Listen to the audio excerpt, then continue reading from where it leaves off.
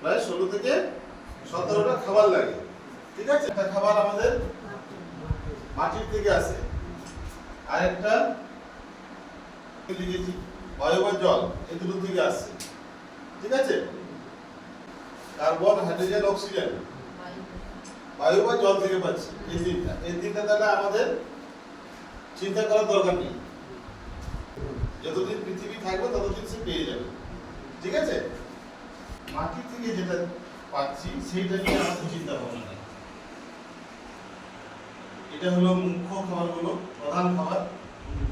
ঠিক আছে, এটা সেকেন্ডারি, এটা হলো গৌণ খাবার, আর এটা হলো অনুখাদ্য।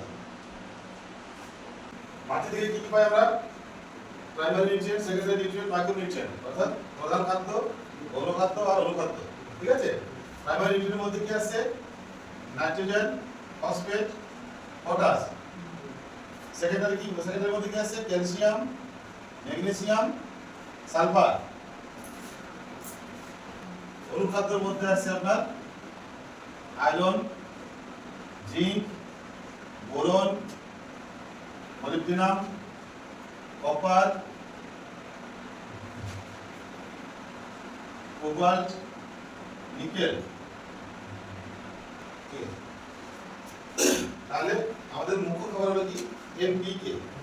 ঠিক আছে, তারপরে গৌণ খাবার কি আছে? Calcium, magnesium, sulphur. অনুখাদ্য হলো কি? Iron, zinc, boron, molybdenum, copper, cobalt, nickel. ঠিক আছে, তাহলে দেখুন আমরা যে চাষবাস করে যাচ্ছি, চাষবাস করতে আমরা কোনটা কোনটা দিই? এতগুলোর মধ্যে আমরা কোনটা কোনটা প্রয়োগ করি? নাইট্রোজেন দিই, ফসফেট দিই, পটাশ দিই। ঠিক আছে, কখনো কখনো আমরা এখানে জিঙ্ক দিই, বোরন দিই। দেখে নিতে পারবেন, বাকিগুলো কিন্তু আমরা প্রয়োগ করি না। করি কি? করি না। তাহলে বাকি খাবারগুলো নিশ্চয়ই গাছ কোথাও কোথা থেকে পাচ্ছে? সেটা কোথা থেকে পাচ্ছে? মাটি থেকে পাচ্ছে। তার মানে মাটির মধ্যে এই খাবারগুলো আমার আগে থেকেই আছে। ধরুন আমি একটা জমিতে ধান করলাম, ধানের পরে ধরুন আমি সরষা করলাম। এভাবে করেন তো?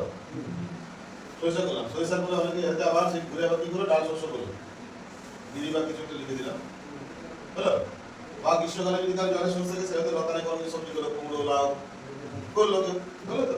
তাহলে একটা জমি থেকে দেখুন এক বছরে আমি কটা ফসল নিচ্ছি? 3টা ফসল নিচ্ছি। এরপরে দেখুন ধান চাষ করলাম, ধানের পরে সরিষা করলাম, বিলি করলাম। এবার ধানে আমি কি কি প্রয়োগ করেছি বলুন? ডিএপি, আবার ডিএপি প্রথমে গোবর দেন, বলুন। প্রথমে দিলেন গোবর, দিলেন, জমি তৈরি হয়ে গেল। তারপরে কি দিলেন? ডিএপি দিলেন। আর কি দেন? ইউরিয়া। কেউ ডিএপি কি 10-26 দেন তো? আবার এর সাথে ইউরিয়া। ঠিক আছে, আবার পটাশ দেন তো? পটাশটা খুব কম। 10-26 দিলে পটাশের দরকার নাই, কিন্তু ডিএপি দিলে কিন্তু পটাশের দরকার আছে। ঠিক আছে, আর ইউরিয়া হলো দুটোর ক্ষেত্রেই লাগবে। ঠিক আছে, 10-26 ইউরিয়া আপনার আছে, এটা পরে বলছি আপনাকে। ঠিক আছে, তাহলে এই সারগুলো আমরা প্রয়োগ করছি তো? তাহলে এই কটা সার দিচ্ছি আমরা কখন? ধান চাষের সময়। ঠিক আছে, সরিষার সময় আমরা কি দিচ্ছি? কি ধান বলুন? যেটা দিচ্ছে বলুন। ঠিক আছে, এইটা হলো সারা বছরের আমার ফসল চক্র, একটার পর একটা ফসলের ফলাচ্ছি। শুরুটা যদি আমার এখান থেকে হবে, এর থেকে শুরু হবে, তাই তো? এর থেকে ধান আসবে, ধান থেকে সরিষা আসবে। ঠিক আছে, যাই হোক, এক লাইনে আছে, একটাই হয়ে গেল। এবারে দেখুন, দিদি হলো সম্পূর্ণ একটা আলাদা জমিতে আমরা চাষ করি, সেই জমিতে আমরা ধান করি। ঠিক আছে, ওই জন্য একে আমরা সেপারেট আলাদা করে রাখছি। ঠিক আছে, যেখানে আমি ধান করি সেখানে কিন্তু আমরা সরিষা করতে পারি বা করি। ঠিক আছে, তাহলে এই যে দেখুন ধান চাষের সময় আমরা কি দিচ্ছি? প্রথমে জমি তৈরির সময় আমরা কিন্তু সুন্দর করে গোবর সার দিচ্ছি তো? এই গোবর সার দেওয়ার পরে আমরা কি দিচ্ছি? এবার ফসল লাগানোর আগে পরে একটা সার ছিটিয়ে দিচ্ছি, দিয়ে আমরা চারা লাগিয়ে দিচ্ছি। তারপরে আমরা কি করছি? চাপান হিসেবে সার দিচ্ছি তো? তাহলে এই যে আমরা যদি এখানে যদি এটা দিই, ডিএপি আমরা বিঘা প্রতি কত দিই? 8 থেকে 9 কেজি। 8 থেকে 9 কেজি হলো 5 বিঘা। 10-26 এর ক্ষেত্রে কত দেন? কত? 9 কেজি, 9 থেকে 10 কেজি। 9 থেকে 10 কেজি 5 বিঘা। ইউরিয়া মূল জমির সময় দেন না? চাপানের সময় কবার চাপান দেন? একবার দিন। কতদিন পরে রোয়ার? 21 থেকে 30। কত দিব যেটা করে সেটাই বলুন। ঠিক আছে 30 থেকে 35 দিন।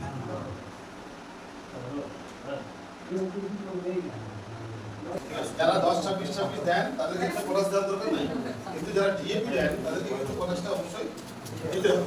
ঠিক আছে, যারা বলছি ধরুন আপনি যে জাতটা নিয়েছেন এটা নিয়েছেন হাইব্রিড, আমি হাইব্রিড থেকে তাহলে আমি দেশি জাত দিতে পারতাম তো। হাইব্রিডটা আমি কি জন্য নিয়েছি? ফলনটা বেশি আছে তো নিয়েছি, এটা স্বাভাবিক। তাহলে ফলনটা যখনই তার বেশি দেওয়ার ক্ষমতা আছে তার মানে তার বেশি খাবারও ক্ষমতা আছে তো। তাহলে তার যদি বেশি খাবার ক্ষমতা থাকে তাহলে কতটা বেশি খাবে সেটা আমি জানবো কি? সেটা আমার জানতে হবে। সেটা আমার জানতে হবে, তাহলে আমার এই আন্দাজেই প্রয়োগ করা হবে। সেটা হয় এটার ক্ষেত্রে যে বীজটা এনেছি সেটার ক্ষেত্রে হয় কম হবে না হয় বেশি হবে। কমই হবে আমি বলছি না, দেখা গেল 8 থেকে 9 কেজিটা আমার বেশি হয়ে গেল। এখানে আমার হয়তো যদি মাটি পরীক্ষার ভিত্তিতে যদি দিতাম, তাহলে যদি দেখতাম যে আমার মাটিতে অনেকটা সার আছে, এনপিকে অনেক আছে, তাহলে আমার এই 5 থেকে 6 কেজি দিলেই হতো। তার মানে কি 5 থেকে 6 কেজি মানে কি? তাহলে 3 থেকে আমার 4 কেজি আমার 5 তো 60টা, তাহলে সেই টাকাটা তো এখানে খরচা হতো না, হতো কি না? তাহলে সেই টাকাটা আমার তো লাভের দিকে ঢুকতো।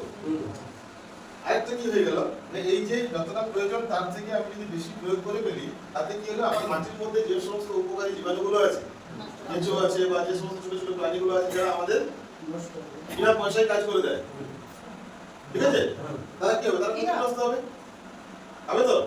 তাহলে ক্ষতি হবে, ধরুন কেঁচো আছে আমার জমিতে প্রচুর, কিন্তু রাসায়নিকের অতিরিক্ত প্রভাবে কেঁচোগুলো মরে শেষ হয়ে যাবে। আর অনেক এমন জীবাণু আছে যেগুলো আমরা খালি চোখে দেখতে পাই না, সেগুলো মরে যাবে। সে চিৎকার করবে না যে আমি শুনতে পাবো, সে এমনি মরে যাবে। যে আস্তে আস্তে কি হবে, মাটির উপরের স্তরটা আস্তে আস্তে শক্ত হয়ে যাবে। এটা আপনারা আশা করি লক্ষ্য করছেন। যদি কেউ এখনো মানে বড় বসে লাঙ্গল দেন জমিতে, তাহলে এটা অবশ্যই খেয়াল করবেন যে মাটির উপরের স্তরটা শক্ত হয়ে যাচ্ছে। ঠিক আছে, আগের মতো আর বৃষ্টি পড়লে যে পাটা ভাসে না, ঠিক আছে, এটার কারণ একটাই যে আমার মাটির মধ্যে জীবাণুর পরিমাণ কমে এসেছে। ঠিক আছে, তাহলে সেই যে জীবাণুগুলো মরে যাচ্ছে তাদের বিভিন্ন রকম কাজ আছে। ঠিক আছে, আমি একটু পরে বলছি। প্রথমে তাহলে যেটা বলছিলাম যে এই যে 8 থেকে 9 কেজি আপনাদের ধরে নিয়েছেন, এই সারটা আমরা আগের থেকে শুনেছি, আগের থেকে চলছে বলেই এটা দিচ্ছি, এটা তো নয়। তাহলে আমার যে এখন দিনকাল পড়েছে, এখন কি করছি আমরা, যে কোনো ফসলকে চাইছি যে আমরা সিজনের আগেই তুলবো, তাহলে বাজারে দাম পাবো। সবাই চিন্তা ভাবনা, তাই তো? তাহলে চাষ করতে লাভ নাই। তাহলে সেটা যদি আমাকে করতে হয়, তাহলে আমাকে এখন চাষ পদ্ধতির অনেকটা পরিবর্তন নিয়ে আসতে হবে। এই যে নতুন নতুন প্রযুক্তির কথা বলছি, প্রযুক্তি তো ওগুলো নয়, প্রযুক্তি তো আলাদা কিছু নয়। আলাদা কিছু কি? এই যে শ্রী পদ্ধতি করছেন, শ্রী পদ্ধতি কি ধানই তো লাগাচ্ছেন, কিন্তু পদ্ধতি একটা আলাদা। ঠিক আছে, বীজ কম লাগছে, গাছের থেকে গাছের দূরত্ব একটা ডিসটেন্স মেনটেন করছেন, ওটা একটা প্রযুক্তি। বীজ কম লাগছে, সেটা একটা প্রযুক্তি। চারা তো আলাদা করে তৈরি করছেন, সেটা একটা প্রযুক্তি। ঠিক আছে, এইখানে আপনি যেরকম সার প্রয়োগ করছেন সেটাকে যদি পরিবর্তন করে সঠিক মাত্রা দেন, সেটাও একটা প্রযুক্তি। ঠিক আছে, তাহলে এই যে আমার বলার উদ্দেশ্য না যে আপনারা যে এইটাকে স্ট্যান্ডার্ড ধরে নিয়েছেন যে 8 থেকে 9 কেজি আমাদের গ্রামে গল্প হয়েছে, কেউ গল্প করেছে 8 থেকে 9 কেজি দিয়েছি, ওটা আমি দিয়ে দিলাম, মানে সেটা ঠিক কিনা সেটা আমি কি করে বুঝবো? সেটা জানার জন্যই আমার কি করতে, মাটির উর্বরতার মানটাকে আমাকে জানতে হবে। আমার মাটির উর্বরতার মান এক হতে পারে, আপনার এক হতে পারে, ওনার আরেক হতে পারে, ওনার আরেক হতে পারে, হতে পারে তো। তাহলে সবার ক্ষেত্রে এই সারের মাত্রাটা আলাদা আলাদা হতে পারে, হতে পারে। তাহলে আমার যদি আলাদা আলাদা হয়, তাহলে আলাদা আলাদা করেই আমাকে প্রয়োগ করতে হবে, বুঝতে তো? তাহলে সেইটাই আমার বলার কথা যে ধরুন হাইব্রিড যখন চাষ করবেন, তখন অবশ্যই আপনারা দোকানে যে দোকানে বীজটা নিন না কেন, তার কাছে অবশ্যই জানতে চাইবেন যে এই বীজের পরবর্তী পরিচর্যা কি হতে পারে। বুঝতে পারলাম কি বললাম? যাই সবজি নিন, শাকের নিন, যেটা নিন, যে হাইব্রিড যখনই আমি উচ্চ ফলনশীল যাই কিছু জাতের বীজ আনি না কেন, তার কিন্তু আমার পরবর্তী যে পরিচর্যাগুলো সেটা আমাকে অবশ্যই কিন্তু জানতে হবে। তাহলে কিন্তু আমি বিভিন্ন কারণে অনেক লসে পড়ে যাবো। ঠিক আছে, তখন কিন্তু আর কন্ট্রোল করার কোনো জায়গা থাকবে না, তখন আফসোস ছাড়া। এবার সিজনটা পেয়ে গেলে সিজনটা পাবে না। মাটি পরীক্ষার মাধ্যমে জানতে হবে, তাই তো? মাটি পরীক্ষা করলে কি হবে, মাটির নমুনা কোনো একটা ল্যাবরেটরিতে যাবে, হয় আমাদের কৃষি বিজ্ঞান ক্ষেত্রে যাক বা আত্মবড় সায়েন্টিফিক ল্যাবরেটরিতে যাক। তারা কি করবে, তারা মাটিটা পরীক্ষা করবে। মাটিটা পরীক্ষা করার পর আপনাকে মাটির কি কি গুণাগুণ সেটা আপনাকে জানিয়ে দেবে। কিসের মাধ্যমে জানাবে না, এরকম একটা আপনাকে সয়েল হেলথ কার্ড দেবে। ঠিক আছে, আপনাদের গ্রামে দেওয়া আছে অনেক। ঠিক আছে, এরকম একটা কার্ড দেবে, যে কার্ডে আপনার চাষির ডিটেলস থাকবে, চাষির জমির পজিশন থাকবে, যেটা জিপিএস লোকেশন যেটা হয়েছে। ঠিক আছে, দিয়ে এখানে আপনার মাটির মধ্যে কি কি গুণ আছে সেটা আপনার লেখা থাকবে, কোনটা বেশি আছে, কোনটা কম আছে, কোনটা মাঝারি আছে। ঠিক আছে, সেই গুণাগুণটা এখানে আপনার উল্লেখ থাকবে। বুঝতে পারলাম? যেমন ধরুন মাটির পিএইচ মানে কি করে এর মাধ্যমে আমরা জানতে পারবো যে আপনার মাটির মধ্যে অ্যাসিড আছে না ক্ষার আছে। ঠিক আছে, তাহলে এটা বুঝবো কখন একটা মাত্রা আছে যেগুলো আমরা মধ্যে থাকে 6.5 থেকে যদি 7.5 এর মধ্যে থাকে তাহলে সেটা স্বাভাবিক, যদি এর থেকে কম থাকে তাহলে হলো অম্ল, আর এর থেকে যদি বেশি থাকে তাহলে হলো ক্ষার। বুঝতে পারলাম কি বললাম? স্বাভাবিক মাটির পিএইচ এর মান কত হবে? 6.5 থেকে 7.5। এর থেকে যদি কম হয় তাহলে হবে অম্ল মাটি, মানে আমার মাটির মধ্যে অ্যাসিড আছে। ঠিক আছে, যদি এর থেকে বেশি হয় তাহলে আমার মাটিটা হবে ক্ষার। ঠিক আছে, তা আমাদের পুরুলিয়ার বেশিরভাগ মাটি হলো অম্ল জাতীয় মাটি। ঠিক আছে, মাটির মধ্যে অ্যাসিড আছে। ঠিক আছে, তাহলে অ্যাসিডটাকে যদি দূর করতে হয় তাহলে আমার কি করতে হবে? এখানে চুন প্রয়োগ করতে হবে। কি করতে হবে? চুন প্রয়োগ করতে হবে। কিন্তু চুন কতটা প্রয়োগ করব সেটা নির্ভর করছে এই পিএইচ এর মানটা আমার কত আছে তার উপরে। ঠিক আছে, মানে এর থেকে কম আছে মানেই আমি চুন যতটা বলেছে ততটা বলে দেবো না, এইটার মানটা আমার কতটা আছে কত কম আছে। যদি এখানে যদি ধরো আমার পিএইচ যদি 4.5 থাকে তার জন্য একরকম মাত্রা হবে, যদি 5 থাকে তার জন্য একরকম মাত্রা হবে, যদি 5.5 থাকে তাহলে তার জন্য আরেকরকম মাত্রা হবে চুনের পরিমাণ। বুঝতে পারলাম? তাহলে এই যে মাত্রাটা যতক্ষণ না আমি জানতে পারবো ততক্ষণ পর্যন্ত চুনের পরিমাণটা আমি নির্ধারণ করতে পারবো না। এই জন্য আমার মাটি পরীক্ষাটা খুব দরকারি। ঠিক আছে, এই পিএইচ এর ক্ষেত্রে কি হয় সবথেকে যেটা বড় সমস্যা হয় সেটা বলি। এই যে পিএইচটা এটা হলো স্বাভাবিক পিএইচ, বুঝা গেল? তার মানে এর মধ্যে আমার যতগুলো খাবার আছে N P K calcium magnesium যা যা বললাম আমি, সালফার আর অনুখাদ্য যতগুলো বললাম, ঠিক আছে, এগুলা হলো সবগুলোই গাছের গ্রহণযোগ্য অবস্থায় এই পিএইচ এর মধ্যে থাকে। যদি পিএইচ এর মাত্রাটা মাটির মধ্যে 6.5 থেকে 7.5 এর মধ্যে হয় তাহলে আমার উদ্ভিদের ক্ষেত্রে যা যা খাবার মাটি থেকে তার লাগে সবগুলো গাছ সহজেই খেতে পারে এই পিএইচ এর মধ্যে যদি থাকে আমার মাটিটা। যদি এর থেকে যদি কম হয় তাহলে কিন্তু এই খাবারগুলো সে সব পাবে না, কিছু কিছু হয়তো পাবে, এখান থেকে হয়তো 2-3টা এদিকে পেলো আর বাকিগুলো পেলো না। মাটিতে আছে কিন্তু গাছ খেতে পারবে না। মাটিতে সারগুলো সবই আছে কিন্তু পিএইচটা যদি 6.5 এর নিচে হয়ে যায় তখন কিন্তু গাছ আর খেতে পারবে না, অথচ আমার আছে সবই। বুঝতে পারলাম কি বললাম? ঠিক একই রকম খাদ্যের ক্ষেত্রে এখানে দেখা গেল আমার 3টা খাবার সে খেতে পারছে, বাকিগুলো সে খেতে পারছে না। ঠিক আছে, কিন্তু পিএইচটাকে যদি আমি এটার মধ্যে ধরে রাখতে পারি তাহলে কিন্তু আমার মাটির মধ্যে যা যা খাবার আছে সেটা গাছ সহজে খেতে পারবে। ঠিক আছে, এই যে খেতে পাচ্ছে এখানে পাচ্ছে না তার জন্য প্রধান দায়ী কে? না, এই মাটির মধ্যে যে সমস্ত জীবাণুগুলো আছে তারা। ফলে কি হয়, এই যে গাছের যে খাবারগুলো সেটা গাছে খাওয়াতে সাহায্য করে কে? এই জীবাণু। বুঝতে পারলাম? তাহলে আমার জমিতে যত জীবাণু বেশি থাকবে তত আমার গাছের খাবার বেশি পাবে। বুঝতে পারলাম? এই যে আমি সার যে জৈব সার প্রয়োগ করছি, আমি বললাম না যে ডিএপি প্রয়োগ করছেন আপনি, 10-26-26 প্রয়োগ করছেন তো, বা ইউরিয়া প্রয়োগ করছেন, ঠিক আছে, এই সারটা প্রায় আমার 30 থেকে 35 ভাগ কাজে লাগে, বাকিটা এমনি নষ্ট হয়ে যায়। ঠিক আছে, তাহলে পুরো যদি এর কার্যকারিতা আমাকে যদি পেতে হয় তাহলে কিন্তু জমিতে পর্যাপ্ত পরিমাণে জীবাণু থাকতে হবে, তাহলে কিন্তু আমি এর কার্যকারিতা ঠিকঠাক করে পাবো না। একটার সাথে একটা যুক্ত হয়ে আছে।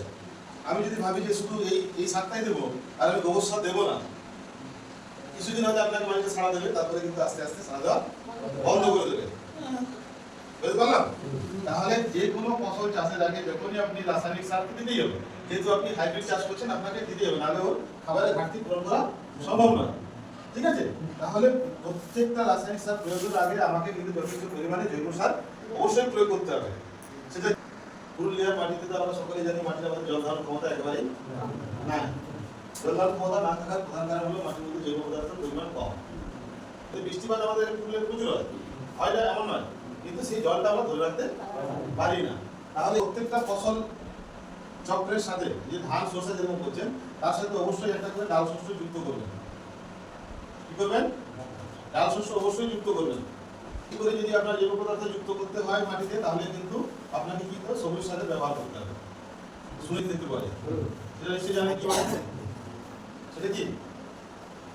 এটাকে আমরা অর্বুদ বলি। ঠিক আছে? এর মধ্যে বিশেষ ধরনের একটা জীবাণু থাকে, সেটাকে বলে রাইজোবিয়াম। কি বলে? রাইজোবিয়াম থাকে না এরকম? প্রত্যেকটা ডাল শস্য দেখবেন কিছু কিছু তৈলবীজও আছে এরকম, তার মধ্যে বাদামও দেখতে পাবেন এরকম, ঠিক আছে? আর এই যে সবুজ সার বললাম, সবুজ সার যে যে গাছগুলো দিয়ে করা হয় তার মধ্যে এই জিনিসটা থাকে, এগুলো ধঞ্চা আসবে, ধঞ্চা সুবাবুল এরকম অনেক কিছু আছে, এগুলো আপনাদের এখানে করা যেতে পারে, ঠিক আছে? এই যে অর্বুদগুলো আছে এটা কি করে না, বাতাস থেকে যে নাইট্রোজেনটা হয় সেই নাইট্রোজেনটাকে আবদ্ধ করে ধরে এখানে বেঁধে রাখে। ঠিক আছে, যেরকম ওই কুচুরিতে চাল বেঁধে রাখি, হ্যাঁ, চাল দিয়ে ধরে আটকে রেখে নিল। এবারে এখান থেকে তার নিজের প্রয়োজনে দেখুন আমরা একে দিয়েছি কি, চাল শস্যকে আমরা কি দিয়েছি, সেই ফসলের চাষ করতে আমরা ছাই দিয়েছি, তাই তো?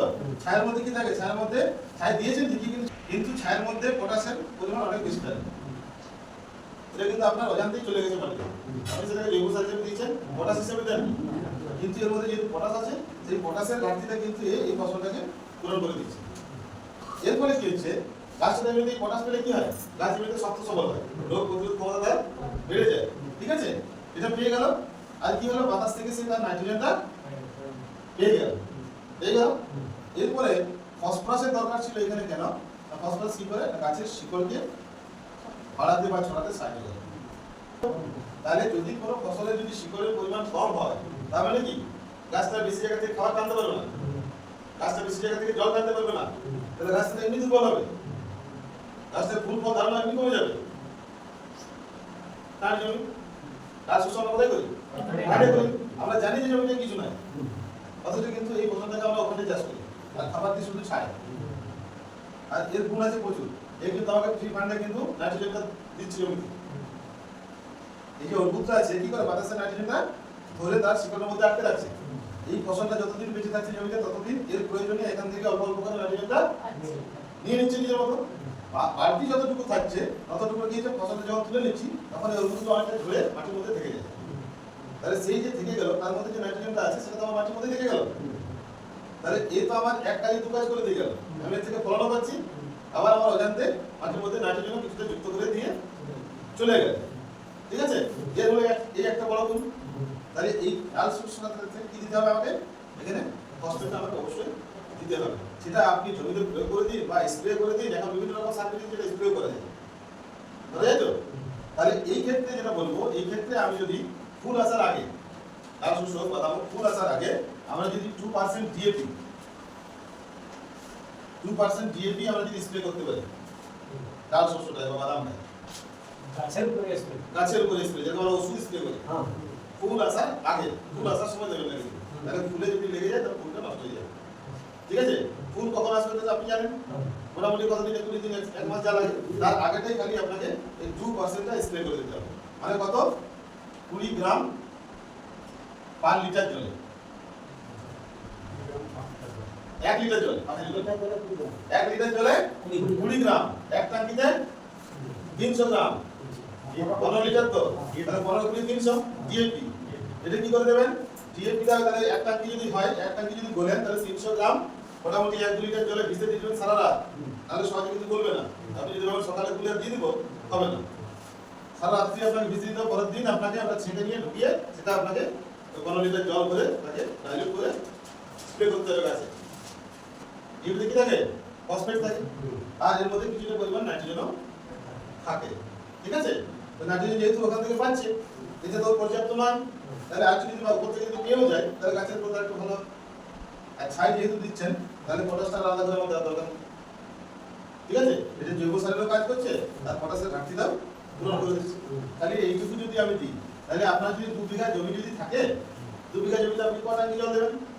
তাহলে 1 বিঘাতে যদি আপনি দেন তাহলে 1 বিঘাতে কত লাগবে, 4 × 3 = 12, 1 কেজি 200 গ্রাম ডিএপি লাগবে।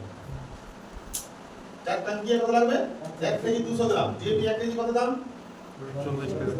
40 টাকা। তাহলে আপনার 50 সেকেন্ড কাজটা চলতে গেল। আর এই ডাল শস্যটা এমন একটা ফসল যার বাজার দর সবসময় হাই যায়, ঠিক আছে? ডাল শস্য বা বাদাম চাষের মোটামুটি 21 দিনের মাথায় যদি আমি একটা রিটার্ন দিতে পারি, ওই সময় বৃষ্টি তো হয়, তাহলে ঘাসগুলো কি করবো, আমি এর উপর ধরে ধরে তোলার চেষ্টা করবো, কেটে দেবো না, তোলার চেষ্টা করবো। তুললে কি হবে, মাটিটা ফাটলে কি হবে, আমার ডাল শস্যের শিকড়ে একটু হাওয়া বাতাস পাবে, ফলে তার শিকড়ের গ্রোথটা আরো ভালো হবে। জায়গাটা ফাঁকা হবে তাহলে রোগ পোকার উপদ্রবটাও কমে যাবে। ঠিক আছে, ওই সময় তুলতে পারলে সব থেকে ভালো। যদি পারেন আগাছা দমন, কি হলো 21 দিনের মাথায় কোন ধরনের হয় ছোপ টাইপের, এমনি গাছের মতো সোজা উঠে যায় না, পুরো ছোপ টাইপের হয়। ফলে কি হয়, এই যে দেখো পুরুলিয়া জেলাতে দেখো মাটির ক্ষয় প্রচুর হয়। আমাদের যে উপরে টান জমিগুলো, সেই কি হয়, উপরের যে উর্বর মাটি যেটা হালকা মাটিটা, সেটা কিন্তু বর্ষার জলে প্রত্যেক বছরে ধুয়ে দিয়ে চলে যায়। সেটা আমরা কি করছি, আমাকে রোধ করতে হয়। তাহলে আমার যে ফাঁকা যে জমিগুলো পড়ে আছে, সেটা তো অবশ্যই এরকম ডাল জাতীয় শস্য বা পরের কোনো গাছ আমাকে লাগিয়ে দিতে হবে, যাতে খালি মাঠটা পড়ে না থাকে। তাহলে ওই যে আপনার যে হালকা যে ঝুরঝুরে মাটি যেটা তৈরি হয়েছে এত বছরে, সেটা কিন্তু বর্ষার জলে ধুয়ে দিয়ে চলে যাবে। ঠিক আছে, ওই মাটিটা ওখানেই রাখতে অনেকটা সাহায্য করে। কিভাবে, যাতে বৃষ্টির জল যখনই পড়বে তখন কি হবে, পাতার মধ্যে আগে ধাক্কা খাবে, ধাক্কা খেয়ে তারপরে গড়িয়ে আস্তে করে পড়বে।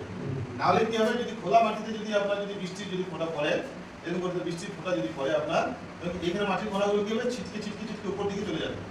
দিয়ে বর্ষার যে জলটা গড়াবে, সেই জলে এই কণাগুলোকে নিয়ে গড়িয়ে নিচের দিকে চলে যাবে। সেটাই আমরা কাদা জলটা দেখতে পাই। ঠিক আছে, এই যে মাটি পরীক্ষার কথা বললাম না, মাটি পরীক্ষার ক্ষেত্রে আমরা যে যে রেজাল্টগুলো পাই, যেমন পিএইচ বললাম, মাটির অম্লত্ব খাদ্য, ঠিক সেরকম হলো মাটির মধ্যে জৈব পদার্থের পরিমাণ। তারপরেই চলে আসবে আমার মাটির মধ্যে গ্রহণযোগ্য নাইট্রোজেন, গ্রহণযোগ্য ফসফেট, গ্রহণযোগ্য পটাশ, গ্রহণযোগ্য অনুখাদ্য। অনুখাদ্যের মধ্যে জিঙ্ক বলন যাবে সব।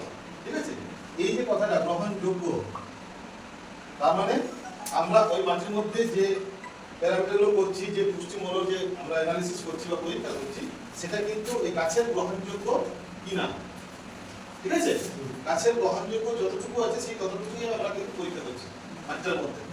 মাটির মধ্যে আমার এই যে নাইট্রোজেন, ফসফেট, পটাশ বা অনুখাদ্য যা কিছু আছে না কেন, এগুলো যা যা আছে এগুলো সব মাটির মধ্যে প্রচুর পরিমাণে আছে, প্রচুর পরিমাণে আছে, কিন্তু গাছের খাওয়ার অবস্থায় না।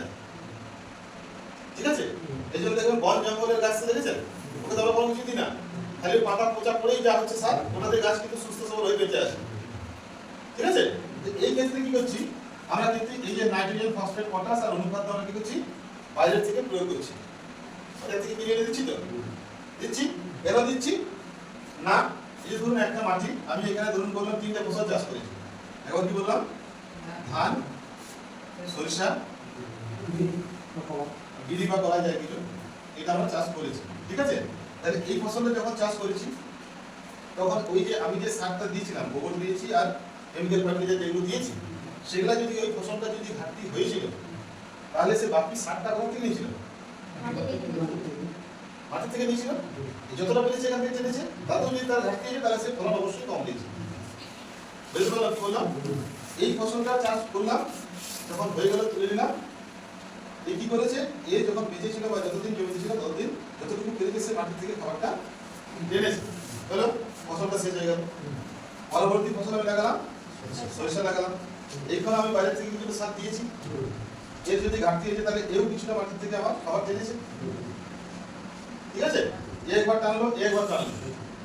পরবর্তীতে বিড়ি লাগিয়েছি, ধরুন এই জমিতে না হোক, এই জমিতে যদি আমি অন্য কোনো কিছু লাগিয়ে থাকি, কিরাসোনা, তরমুজ যাই কিছু, তাহলে ও আরেকবার টানবে, তাহলে তো তাহলে এই যে মাটির মধ্যে যে ঘাটতি হলো, সেই ঘাটতিটা আমি পূরণ করলাম কখন, যেটা যেটা অজান্তে আমার বুঝছে, সেটাকে যদি বাঁচাতে হয়, তাহলে আমাকে বাইরের থেকে কিন্তু সঠিক মাত্রা জেনে ওই ফসল ভিত্তিক সারটা প্রয়োগ করতে হবে। মাটির তোলার জলটার স্তর কিন্তু আস্তে আস্তে কমে আসছে। মাটির তোলার জল আমরা বিভিন্নভাবে ব্যবহার করছি, খাবার জলই হোক, সেচের জলই হোক, যাই কিছু করছি। যে মাটির তোলার জল যে রিচার্জ হবে, সেটা কোথা দিয়ে রিচার্জ হবে, মাটি দিয়ে ঢুকতে হবে। বৃষ্টির জল পড়বে, আস্তে আস্তে চুয়ে চুয়ে ঢুকবে, এটা জল নিয়ে হবে। তাহলে এখন আমাদের যা হচ্ছে, চারদিকে আমাদের সিমেন্টের সব হয়ে যাচ্ছে, হচ্ছে জল ঢোকার রাস্তা বন্ধ হয়ে যাচ্ছে। আর আমাদের কৃষি জমির ক্ষেত্রে কি হচ্ছে, কৃষি জমিতে আমরা রাসায়নিকের অতিরিক্ত ব্যবহারের ফলে কৃষি জমির উপরের স্তরটা আমরা শক্ত করে দিচ্ছি, শক্ত হয়ে যাচ্ছে, হ্যাঁ জল ঢুকছে না। যেটা আপনারা খেয়াল করবেন, যদি জমিতে যখন দেখবেন কাল বৈশাখী বৃষ্টিগুলো হয়, যতদিন আপনার জমির আলটা কাটা থাকে, দেখবেন বৃষ্টি তখন আমাদের হঠাৎ বৃষ্টি হয়, ওরা মাত্র দেখবেন যেদিকে ধান থাকে সেদিকে জল গড়িয়ে চলে যায়। আগে যখন কি হলো, যখন জৈব সার দিয়ে চাষবাস করতো, তখন মাটি নরম আলগা থাকতো, জল ঢোকার একটা রাস্তা থাকতো। হঠাৎ বৃষ্টি পড়লে পুরোটা তো সব করতে পারবো না, হয়তো আপনার এদিকে হয়তো 70% বেরিয়ে গেল, 30% হলেও আপনার ঢুকবে, বুঝতে পারতো। তাহলে এইটুকু ঢোকাটাই হলো আমার কাজ, আমি যতটুকু ভিতরে দিতে পারি। বীজতলা যখন তৈরি করি, ঠিক আছে, আমাদের মধ্যে কিছু কিছু ধারণা থেকে গেছে। ধরুন আমার দাদুর সময় থেকে আমি দেখছি যে আমার এইখানটায় বীজতলা তৈরি করছে, জমির এই কোনটা দেখে। এখন আমরা এইখানটা দিই, কেন এইখানটা থেকে বীজতলা হবে না? এই জমিটারই এই মাটিতে যদি এই পাশে ভালো হয়, এটা অবশ্যই ভালো হবে। এটা তৈরি করতে হবে, আমি এখান থেকে খাইয়েছি, দেখো কথা হবে, তাহলে তৈরি হবে। ঠিক আছে, তাহলে এইটা চেষ্টা করবো, সবসময় চেষ্টা করবো বীজতলার যতটুকু জায়গাতে আমরা কি করি, এমন ঘেঁষাঘেঁষি বীজ করে দিই, ছিটার অবস্থা। ধরুন এক জায়গায় ধর 5টা 6টা 7টা ধান বীজ পড়ে গেল, এরকম হয়, যারাও বেরিয়ে গেল সব, ঠিক আছে। এবার যখন আমি তুলবো তখন দেখবো কি এই চারার সাথে এর শিকড় পেঁচিয়ে আছে, এই চারার সাথে এর শিকড় পেঁচিয়ে আছে, এরকম করে শিকড়গুলো বেঁধে বেঁধে থাকে, তাই তো? থাকে না? যখন চারা যখন তুলি তখন কি অনেক চারা শিকড় কিন্তু ছিঁড়ে যায়। তাহলে ধরুন আপনার শরীরে যদি কোনো অংশে যদি আপনার ধাক্কা লেগে রক্ত বেরিয়ে যায়, আপনি কি সুস্থ হবে? এই ক্ষেত্রে কি সুস্থ থাকবে? তাহলে একে যখন আমি মূল জমিতে যখন গিয়ে দাঁড়াবো রোয়া করবো, তখন এ কি সহজে কি দাঁড়াবে? এ তো আগে ধাক্কাটা সামলাবে, তখন তো কি দাঁড়াবে, তাই তো? আর দেখুন অনেক সময় রোয়ার সময় কি হয়, এই ধরুন গাছের গোড়া এটা, এখান থেকে এটার উপরে সবুজ অংশ, এটা হলো শিকড়। অনেক সময় কি হয়, আমরা এইখানটা ধরে না পুঁতে অনেক সময় দেখুন এখানে ধরে পুঁতে দিই, কারণ তো হয়তো বলে কি এর তো গোড়াটাই ভেঙে গেল, কোমরটাই ভেঙে দিলাম, তাহলে এগুলো দাঁড়াতে সময় দিতে হবে। আর এই জিনিসগুলো যেগুলো হয়, যেগুলো আমরা খেয়াল করি না, ফলে কি হয়, দেখবেন রোয়ার পরে যদি জমিতে যান দেখবেন অনেক চারা ভাসে। শিকড় ছিঁড়ছে কেন? আমি এত কাছাকাছি বীজ ছড়িয়েছি যাতে একটা তুলতে গিয়ে আরেকটার জন্য শিকড়টা ডিস্টার্ব হয়। এই জন্য বলছি জায়গাটাকে একটু বাড়িয়ে দিতে। এতে কি হবে, চারাগুলো যদি যেখানে সেখানে বাড়ায়, তাহলে কি হবে, চারার শিকড়গুলো বেশি জায়গা পাবে, ফলে চারাটা খাবার বা জল ভালো করে খেতে পারবে। তাহলে কি একসাথে যদি সব গ্রুপ হয়ে যদি বসে থাকে, তাহলে ওইখানে একটুকুতে যতটুকু খাবার আছে সেটা এই এত লোকের মধ্যে কম্পিটিশন হবে। ওই জন্য দেখবেন এখানে চারা উঁচু নিচু হয়ে যায়, যার জল বেশি সে খেয়ে বড় হয়ে গেল, যার জল রয়েছে সে থেকে গেল। তাহলে চারা যদি আমাকে ইউনিফর্ম চাই, যদি সমান যদি করতে হয়, তাহলে কিন্তু চারা আমাকে একটু হালকা করে পাতলা করে জায়গা বেশি দিয়ে তাকে বুনতে হবে, হাতটা দিয়ে ভিতরে ঢুকতে হবে, বুঝতে পারলাম? যাতে ঢুকতে অনেকেই বলে কি ওই সময় একটা হালকা চাষ দিলে ঘাসের উপদ্রব বেড়ে যাবে।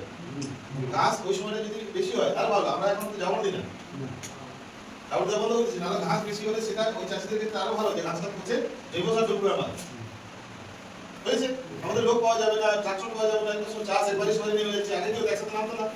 তাহলে এই ক্ষেত্রে তাহলে আমাকে এই জিনিস রাখতে হবে যে মাটির মধ্যে যেন জলটা ঢুকে থাকে, মাটির জল ধারণ এমনি কম, মাটিতে জল তো ঢুকাতে হবে কোনো করে। এই যে ধরুন আমরা যে চারা তোলা যে তৈরি করছি, একটা চারা তোলা তৈরি করেন আপনারা প্রায় 1 মাস ধরে করেন, বুঝলেন তো? কবার চাষ দেন? 3 বার 4 বার পুরো মাটিটা গুঁড়া করে দেবেন, গুঁড়া করে দিলাম, দিয়ে তারপরে যখন বীজ ফেলবে তখন একে সুন্দর করে গোবর দিয়ে তৈরি করে, গোবর সার দিয়ে তৈরি করে। তাহলে এইখানে যে গোবর সারটা দেন আপনারা, সেই গোবর সারটা কেমন হয়? ডাব ঢেলা না, তাহলে গোবর সারটা দেন কেন?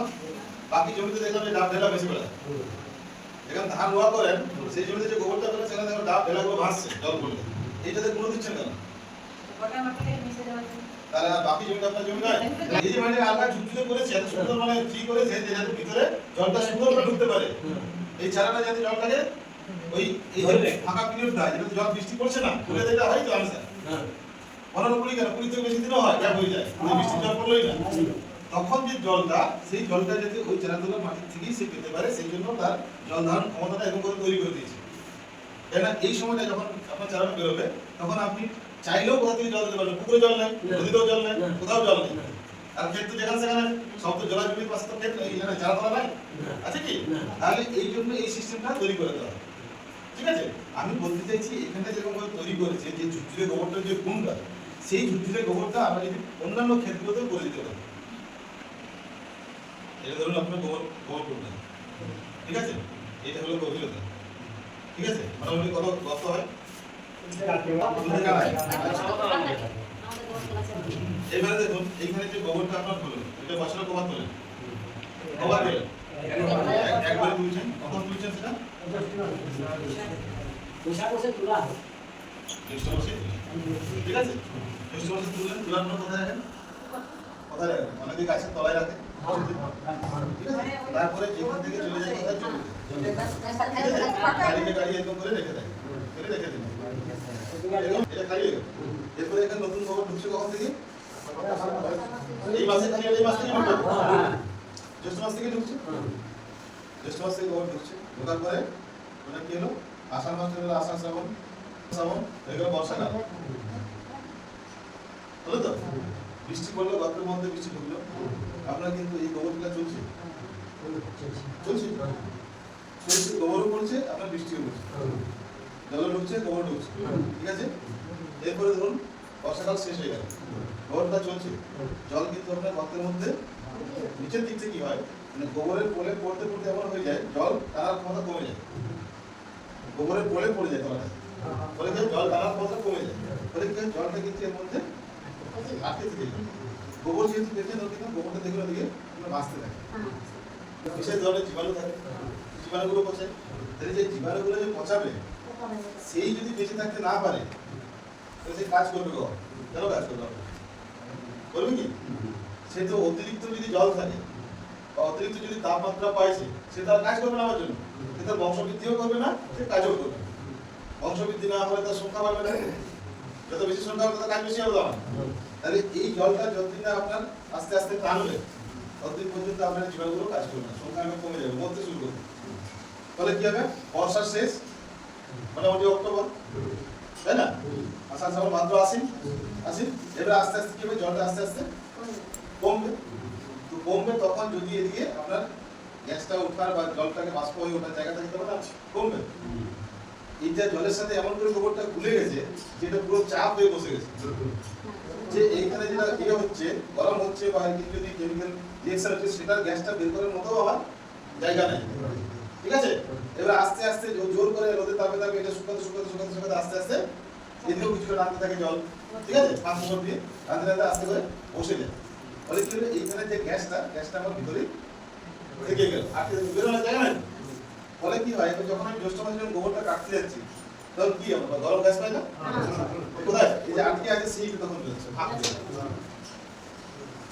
আপনি কাটছেন তখন ফাঁক দিয়ে এটা বেরোচ্ছে। তাহলে এবারে কি হচ্ছে এখানে? এই যে অতিরিক্ত জলটা ছিল বলে কি হলো?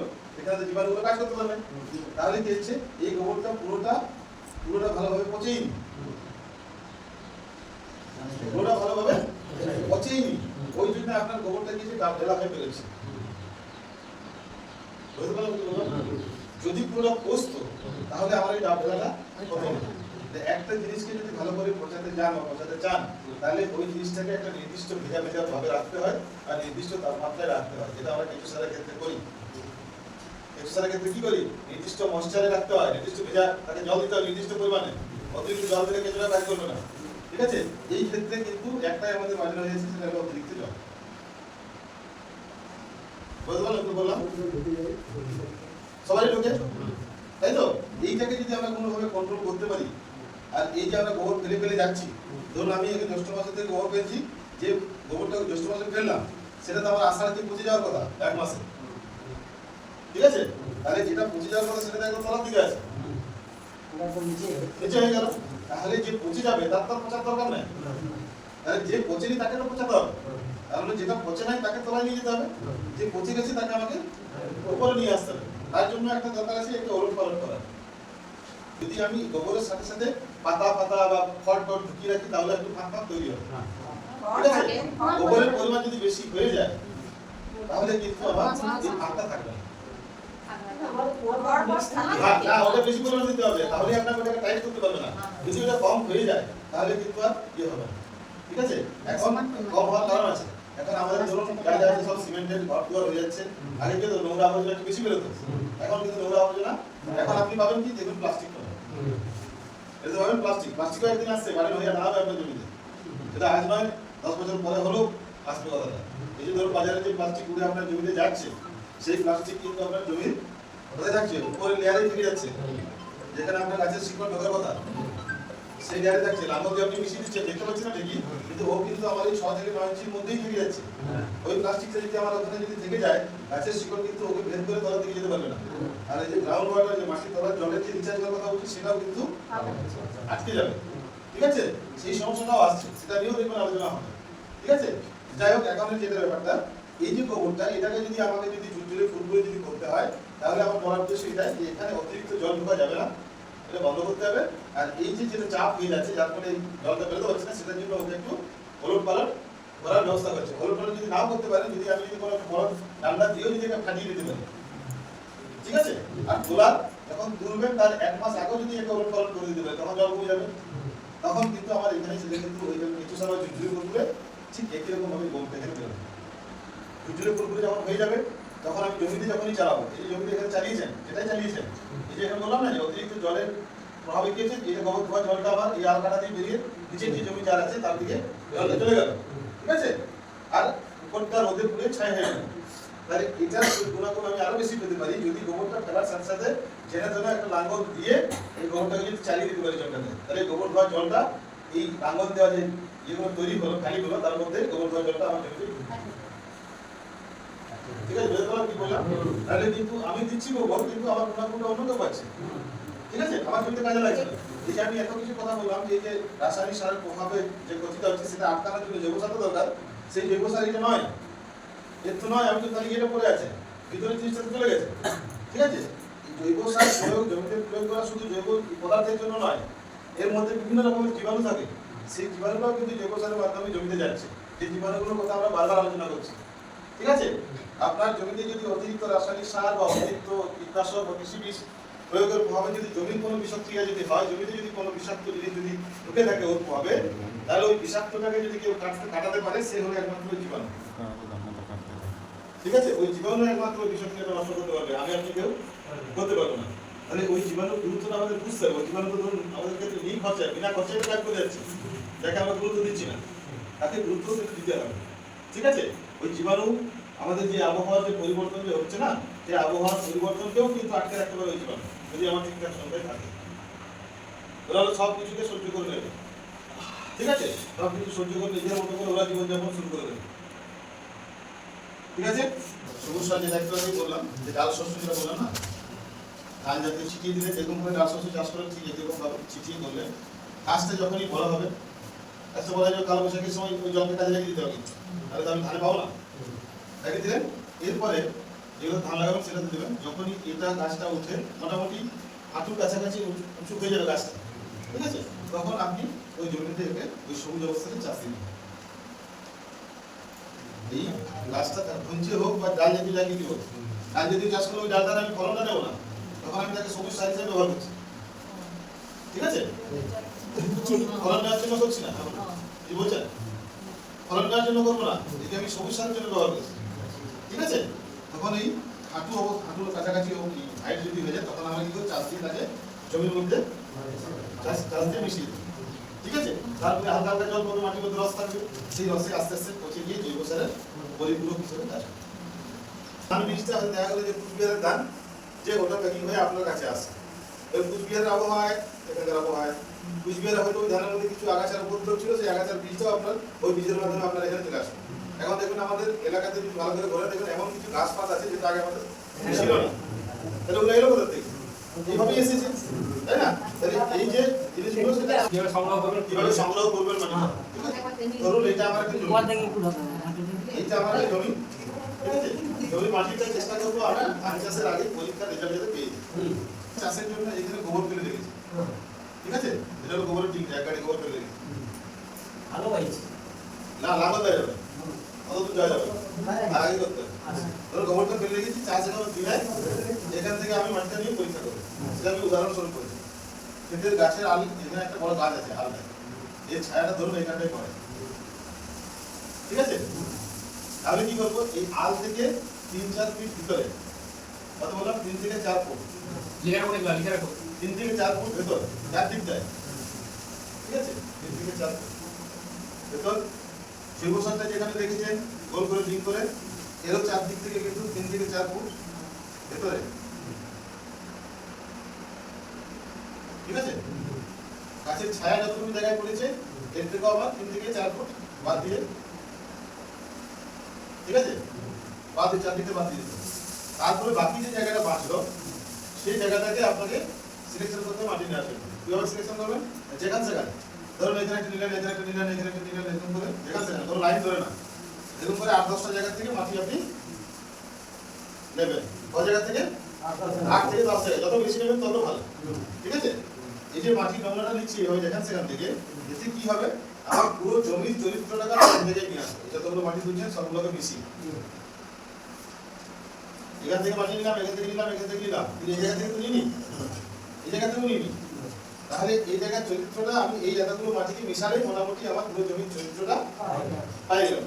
তাহলে এই জন্য এই যে 8 থেকে 10 বললাম, এটা যত বেশি হবে তত ভালো, কিন্তু 8 থেকে 10 এর কম না। ঠিক আছে? নেওয়ার পরে কি করবো, কিভাবে নেব না, এটা ধরুন আমার এটা উপর, এটা ধরুন ঘাস টাস আছে, ঘাসগুলোকে চেষে দেবো কোদাল দিয়ে।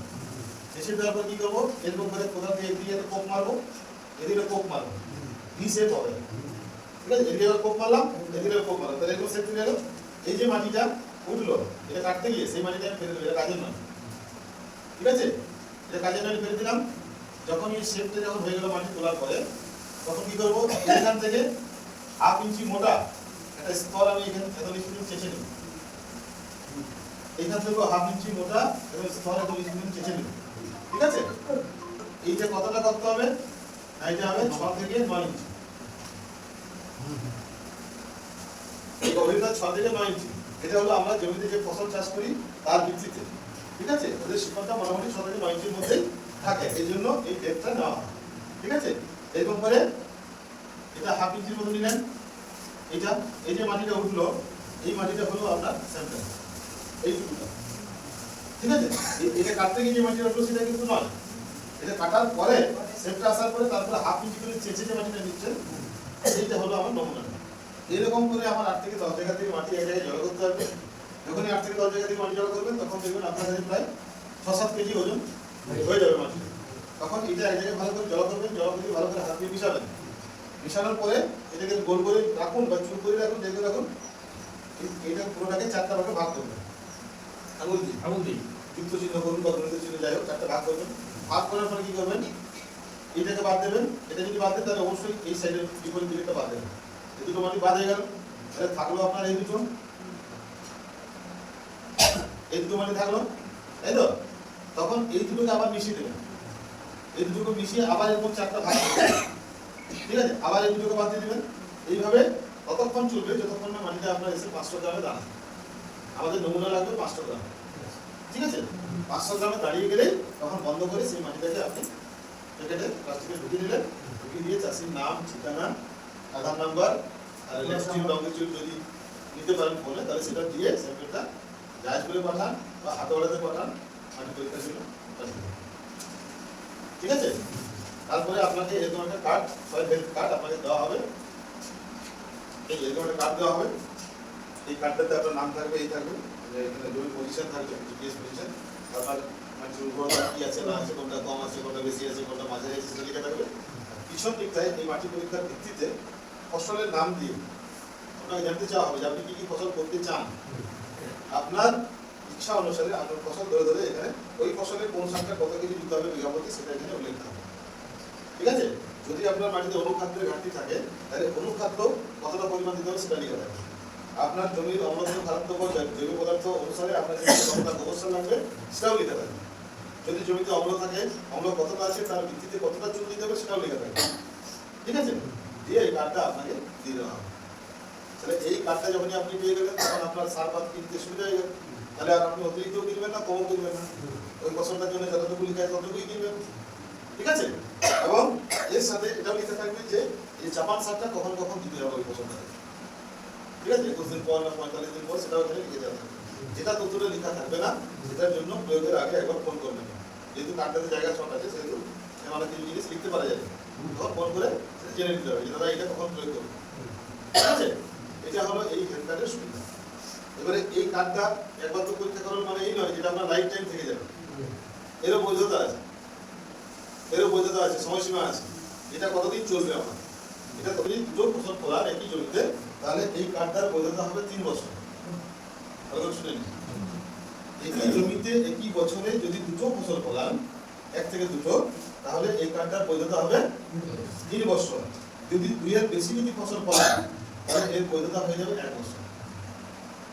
কেন বলুন তো? হ্যাঁ, ওই মাটি যদি আলাদা আপনি যদি বুঝতে পারেন, তাহলে ওই জমিটাকে নিজের মতো করে একটা ভাগ করে এদিকে একটা আলাদা নমুনা নেবেন, এদিকে একটা আলাদা নমুনা নেবেন। ঠিক আছে? যদি বাহ্যিক চোখে যদি দেখতে পান, ঠিক আছে, ভিতরে যদি দেখতে পান কিছু করেন, তাহলে একটা নিতে হবে। বাইরে থেকে দেখতে প্রাকৃতিক কৃষির এই 4টে মূলত উপাদান। একটা হলো বীজামৃত, জীবামৃত, আচ্ছাদন, ওয়াপাসা। ঠিক আছে? চারটে আলাদা আলাদা কাজ। এটা হলো একটা ফসলের ক্ষেত্রে যে চারটা কাজ আমাদের করতে হয়, এই চারটা জিনিস করলেই আমাদের ফলনটাকে আমরা ঠিকঠাক করে নিয়ে আসতে পারবো। প্রথমত প্রাকৃতিক কৃষি মানে হলো তোমার আপনার দেখুন, প্রকৃতি থেকে যা কিছু আমরা পাবো, আমরা বাড়ির আশেপাশে যা সমস্ত জিনিস পাবো, সেটা দিয়ে কিন্তু এই চাষবাসটা করতে পারবো। ঠিক আছে? এর প্রধান উপাদান হলো কি, মেন যেটা লাগবে সেটা হলো দেশি গরু। দেশি গরু থাকতে হবে। এর থেকে আমরা যেটা পাবো গোবর, গোবর আর গোমূত্র। এই দুটো জিনিস এখানে দরকার হচ্ছে। বীজামৃত যেটা বানাবো, এর মধ্যে থাকবে গোবর, গোমূত্র থাকবে, চুন থাকবে। ঠিক আছে? এটা দিয়ে আমরা এটাকে বানাবো বীজামৃতটা। এটা কি করবে না, বীজটাকে শোধন করবে। আমরা বীজ শোধনের জন্য কি ব্যবহার করি? ছত্রাকনাশক। সাপ, তারপরে নেতিভ ম্যাঙ্গোজেল, তাই তো? এই ক্ষেত্রে বীজামৃতটা আমরা প্রাকৃতিকভাবে বানাবো, যার নাম হলো বীজামৃত। এখানে আছে জীবামৃত। এটা কি করবে? জীবামৃত যেটা আছে সেটা কি করবে? মাটির জীবাণুর সংখ্যাটা বৃদ্ধি করবে। ঠিক আছে? আমরা এই ক্ষেত্রে আমার জমির মাটি, আমার পুরুলিয়া জেলার আমার এলাকার মাটি, এই মাটিটা আমরা কোথা থেকে নিচ্ছি? এই মাটিটা নিয়ে এই মাটিটার যে জীবাণু আছে সেই জীবাণুটাকে আমরা এই যে মিডিয়াটা বানাচ্ছি এর মাধ্যমে জীবাণুর সংখ্যা বাড়িয়ে নিচ্ছি, দিয়ে সেটাকে আমরা জমির মধ্যে স্প্রে করছি। এই মাটিটা যেটা ব্যবহার হবে সেই মাটিটা হয় আমাদের পাশের জঙ্গলের মাটি বা বড় বড় বট গাছ, অশ্বত্থ গাছ আছে তার গোড়ার মাটি, ওই বট যেগুলো আছে না তার গোড়ার মাটি, সেখানে জীবাণুর সংখ্যা সব থেকে বেশি। ঠিক আছে? সেইখান থেকে এক মুঠো মাটি নিয়ে এই যে দ্রবণটা বানাবো, এই দ্রবণের মধ্যে এক মুঠো মাটিকে ছেড়ে দেবো, দিয়ে সেইটাকে আমরা 48 থেকে 72 ঘন্টা রেখে দেবো। ওই জীবাণুরা এখানে যে খাবার দেবো, আমরা গুড় দেবো, বেসন দেবো, সেই খাবারটা খেয়ে খেয়ে তাদের বংশবৃদ্ধি করে তার সংখ্যাটা ওখানে বাড়িয়ে দেবে। সেই যখন সংখ্যাটা বাড়লো, তারপর 48 ঘন্টা বা 72 ঘন্টা পরে সেটাকে আমরা জমিতে স্প্রে করে দেবো। স্প্রের মাধ্যমে জীবাণুটা আমার মাটিতে ঢুকে গেল। ঠিক আছে? ঢুকে গিয়ে মাটির মধ্যে তার আবার বংশ বাড়াবে, সে আবার আমাদের এই মাটির উর্বরতার কাজে আমাদের আসবে। ঠিক আছে? এটা হলো মাটির জীবাণুর সংখ্যা বৃদ্ধির জন্য আমরা দেবো জীবামৃত। এরপরে তাকে খাবার লাগবে এর পদ্ধতিতে। আমি যেখানে তো কেমিক্যাল কিছু ঢোকাবো না, এমনকি প্রাকৃতিক কৃষিতে আবার কেঁচো সারও চলবে না দেওয়া। প্রাকৃতিক কৃষিতে আবার কেঁচো সারও চলবে না। ঠিক আছে? জৈব কৃষিতে কেঁচো সার, জীবাণু সার সবই দেওয়া যাবে, কিন্তু প্রাকৃতিক কৃষিতে আপনি যেটা ঘরে বানাবেন এই যে চারটা জিনিস, এটাকেই আপনি প্রয়োগ করতে পারেন। এখানে কেঁচো সারও চলবে না, জীবাণু সারও বাইরে থেকে দেওয়া যাবে না। ঠিক আছে? না, আমার যে গোবর আছে, শুকনো গোবর, শুকনো যেটা ঝুলঝুলো গোবর আছে আমার, শুকনো গোবর দেন জীবামৃত।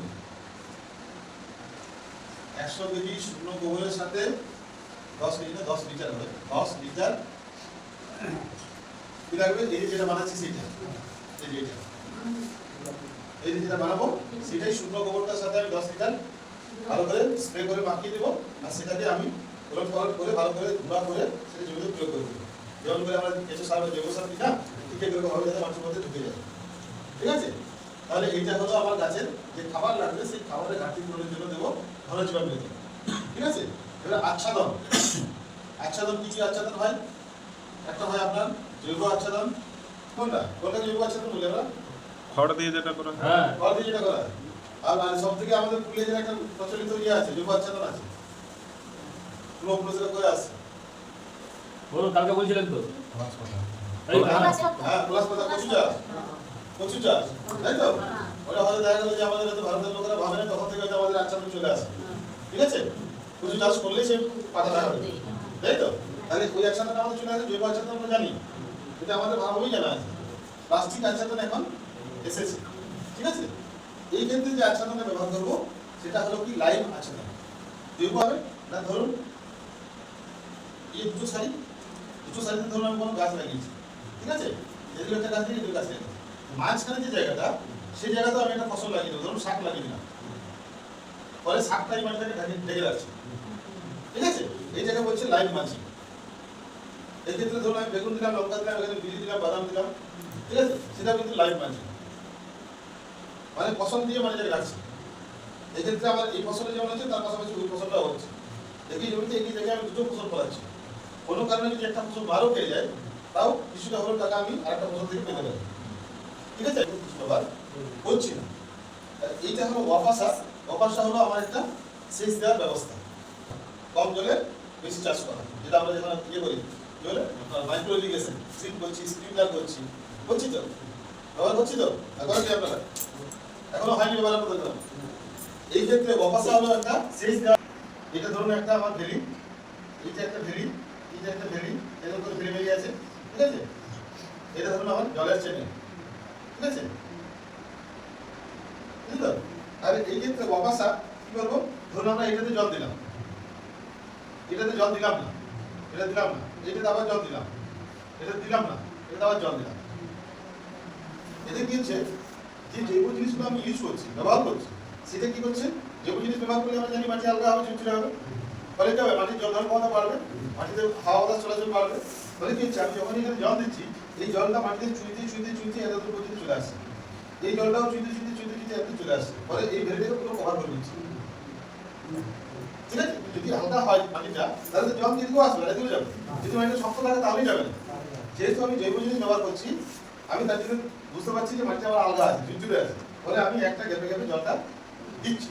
আর এখানে অত জল দেবো না যে পুরো একদম ভেরি ভর্তি করে দেবো, এমন একটা জল দেবো যাতে যতটুকু মশার রস দরকার গাছটা ততটুকুই দেবো। সেটাই আস্তে আস্তে মাটি তো দেখলে বোঝা যাবে, ভিজে ভিজে মাটির মধ্যে গা ভিজা ভিজা দাগ দেখতে পাবো, তাহলে বুঝতে পারবো জলটা কত আসছে। এদিকে তো অর্ধেকটা আসবে, এদিকে তো অর্ধেক চলে যাবে। এই ক্ষেত্রে সুবিধা যেরকম যখন ফলন কম হবে, তেমনি এদের চাষের খরচটা তো অনেক কম। ফলন যেরকম কম লাগবে, চাষের খরচটা অনেক কম। খালি বাইরের থেকে কিনতে হবে বলতে আপনাকে গুড় আসবে, বেসন আর চুন, এই তিনটে জিনিস আপনাকে বাইরে থেকে কিনতে হবে। ঠিক আছে? দাম বেশি হবে বেসনটারই, বাকিগুলো তো খুবই কম দাম। ঠিক আছে? বেসনটার কিন্তু এক প্যাকেট বেসন দিয়ে আপনি প্রায় 100 লিটার জল দ্রবণ তৈরি করতে পারবেন, 100 লিটার। যারা ধরুন আমরা ঘরে টুকিটাকি সবজি সাবটা করে সারা বছর ধরে খাই, সেই ক্ষেত্রে আমি চাইবো সেই ক্ষেত্রে এই পদ্ধতিটা করে দেখুন, তাহলে তো বুঝতে পারবেন। যারা ধরুন দুটো ভেন্ডি, দুটো হয়তো টমেটো, 4টা বেগুন লাগিয়েছেন, সেটা নিয়ে পদ্ধতিটা করে দেখুন, দেখবেন ফসল টেস্ট না হলে শুধু তো ফলনটাই মেন জিনিস না, এই খাবারের যে টেস্ট পাবেন সেটাও আমাকে দেখতে হবে। শুধু এই ফলনের দিক থেকে বিচার করলেই হবে, যে টেস্ট বা ধরুন এই ফসলের যে পুষ্টিগুণটা থাকা দরকার সেইটা আমি ঠিকঠাক পাচ্ছি কিনা, ঠিক আছে, সেইটা দিয়ে আমি এটা চালাতে হবে। এখন যে মাটিটা আছে সেই মাটিটাকে তৈরি করতে করতে আমার 4-5 মিনিট সময় লেগে যাবে। ঠিক আছে? যে ধরুন ওই যে সার বাদ পড়ে আছে, ইউরিয়া আছে, তাকে তো আমাকে রিভাইভ করতে হবে, তাহলে সেটা করতে করতে 4-5 বছর আমার সময় লেগে যাবে। সেটা কারেকশন হবে, তারপরে আমার মাটির গুণাগুণটা আরো ভালো হয়ে যাবে, উর্বরতা শক্তি আরো বেড়ে যাবে। তখন আমি হাইব্রিড করতে পারি, হাইব্রিড করতে পারি, সবই করতে পারি, কিন্তু আগে তাকে তৈরি করতে হবে। তৈরি না করলে আমি সেটা করতে পারবো না। যেহেতু যে এখানকারই সেই ঘাস পাত খায়, বুঝতে পারলাম কি বললাম।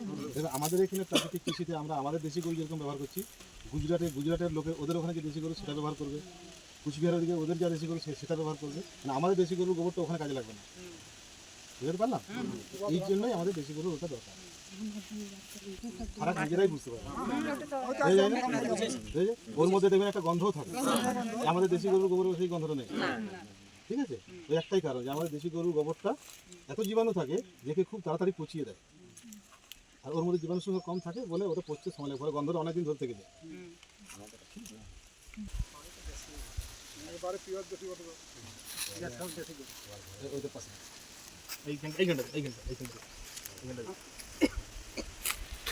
যে ভিডিওটা করছো না, ভালো করে যে বলছে ছাড়বে না কি করবে, একটা করে এখানে ইয়ে নাও, জিনিস নাও, ভিডিও করো, আর মুখে বলে দাও দেশি গরুর গোবর, দেশি গরু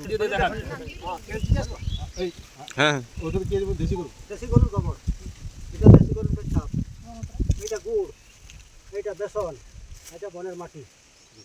এখন আমরা কি তৈরি করবো, জীবামৃত তৈরি করবো। ঠিক আছে, চলে আসুন। মানে গুড়টা না না, আগে গোবরটা দিন,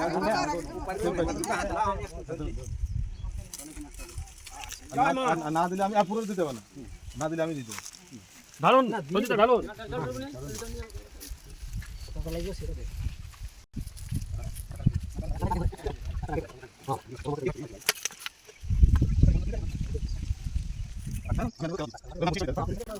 ওজন মোটামুটি ধরুন 10 কেজি 15 কেজি 10 কেজি।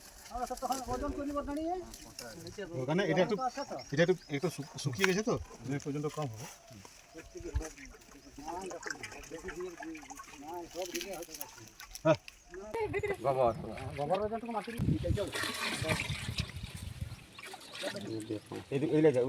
ওগুলো থাকবে, ওগুলো জারে আছে। ঠিক আছে দিয়ে দিন কোনো অসুবিধা নেই।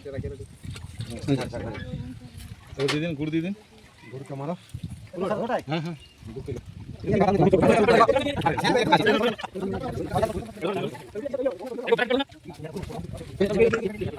দিলীপ দা এটা পলিথিন ছেড়তে পারছেন আমি কাজটা করছি না সেটা তোর বুদ্ধিটা হবে বুদ্ধিটা হইলো না হাতে গেল জোরে ঠেলা ঢুকিয়েছে আঙ্গুল মারে চট করে দিলেন ওই জায়গায় রাস্তা দেখিয়েছেন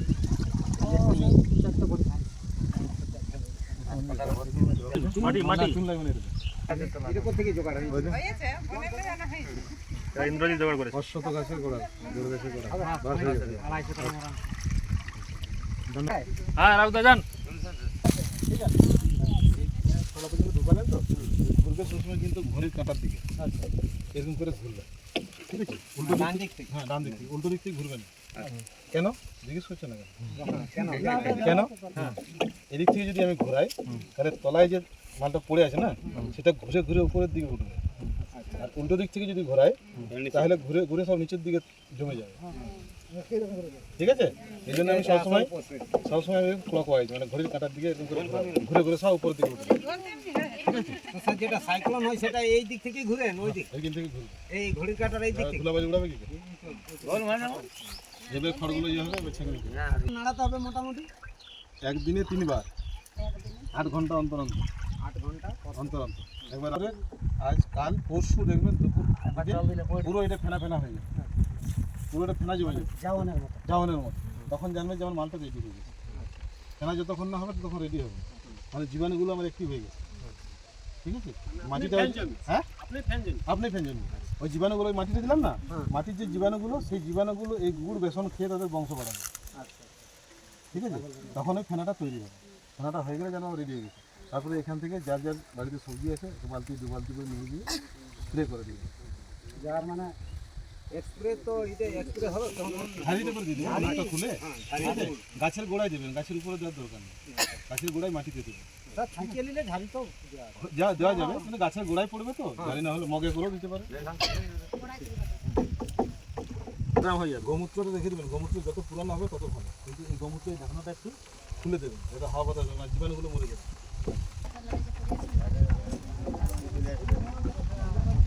তাহলে শুধু নিম পাতা দিয়ে যেটা হলো নিমাস্ত্র নিম পাতা দিয়ে আরেকটা হবে আপনার ব্রহ্মাস্ত্র সেটাতে 5 রকম পাতা লাগবে ডালিম পাতা পেঁপে পাতা আঞ্জির পাতা নিম পাতা আরেকটা হলো আপনার কি পেয়ারা পাতা আজকে দিলে 12-15 দিন পরে আবার দিতে হবে এমন না একবার দিয়ে ছেড়ে দিলাম ঠিক আছে আজকে দিলেন 12-15 দিন পরে আবার এটাকে দিতে হবে তো ফসলটা যতদিন থাকবে 12-15 দিনের গ্যাপে গ্যাপে দিতে হবে দিতেই হবে